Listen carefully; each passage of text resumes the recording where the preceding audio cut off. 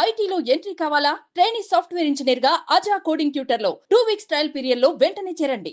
రాజ్యసభ అభ్యర్థుల ఎంపికతో పాటుగా జనసేన పార్టీ నేత మెగా బ్రదర్ నాగబాబుకు ఏపీ కేబినెట్ లో మంత్రి పదవి ఖాయమైంది.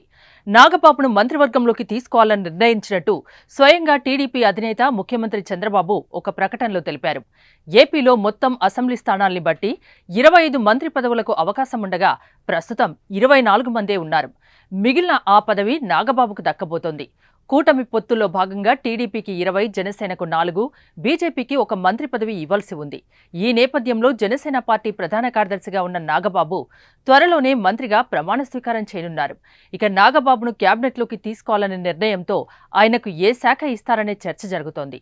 అయితే నాగబాబుకు సినిమాటోగ్రఫీ శాఖ ఇస్తారన్న ప్రచారం జరుగుతోంది. ప్రస్తుతం ఈ శాఖ బాధ్యతల్ని మంత్రి కందుల దుర్గేష్ చూస్తున్నారు. ఈ శాఖ అయితే నాగబాబుకు బావుంటుందని, ఈ శాఖ బదిలీ సులభంగా ఉంటుందన్నారు. నాగబాబుకు సినిమాటోగ్రఫీ శాఖ ఇస్తే అటు ఇండస్ట్రీ, ఇటు ప్రభుత్వానికి వారధిలా ఉంటారని భావిస్తున్నారట. అలాగే గనుల శాఖ కూడా ఇచ్చే అవకాశం ఉందని ప్రచారం జరుగుతోంది. అయితే మంత్రిగా ప్రమాణ స్వీకారం ఎప్పుడు, ఏ శాఖ ఇస్తారన్నది అధికారికంగా ఎలాంటి ప్రకటన లేదు. వాస్తవానికి నాగబాబు సార్వత్రిక ఎన్నికల్లో అనకాపల్లి నుంచి ఎంపీగా పోటీ చేయాలని భావించారు. అయితే కూటమి పొత్తుల్లో భాగంగా అనకాపల్లి సీటు సీఎం రమేష్ కు కేటాయించడంతో ఆయన ఎన్నికల్లో పోటీ చేయలేదు. దీంతో పాటు పవన్ కళ్యాణ్ ప్రాతినిధ్యం వహిస్తున్న పిఠాపురం నియోజకవర్గం బాధ్యతల్ని నాగబాబే చూసుకున్నారు. ప్రచారం నుంచి గెలుపు వరకు బాధ్యతల్ని తన భుజాలపై వేసుకుని నడిపించారు.